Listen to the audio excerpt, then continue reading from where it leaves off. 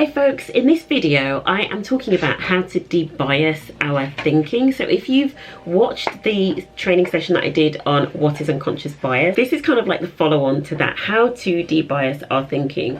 And I've kind of just broken it down into 5 really quick points. The first point is that we need to slow down our thinking. So you may remember that I said unconscious bias, a lot of it was around quick thinking and mental shortcuts. So the opposite to that in terms of how to debias our thinking is we need to slow our thinking down. And there are different ways to do that, but basically bringing some sort of structure to the exercise or whatever it is that you're doing can slow down the thinking.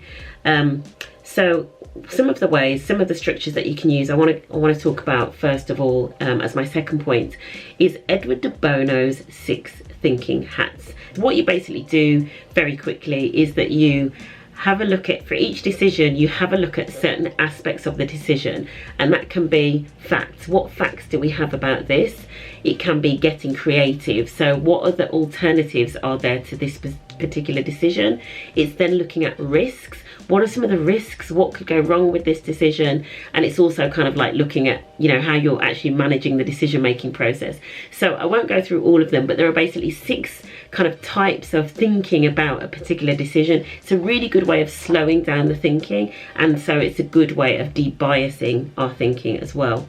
The third point is having exposure to difference, and I talked about this in my other video about what is unconscious bias. So some unconscious biases are kind of hardwired, they're sort of quite evolutionary in us as human beings, but one of the ways that we can overcome that hardwiring is we can have more exposure to difference. And really the best way of doing that is to have friends that are from a very mixed group. So socialize with people from all backgrounds, all different, you know, ages, races, genders, you know, lifestyle types, you know, socioeconomic backgrounds. That's the best way to kind of like debias, you know, our thinking, and particularly debiasing our stereotypes around other groups.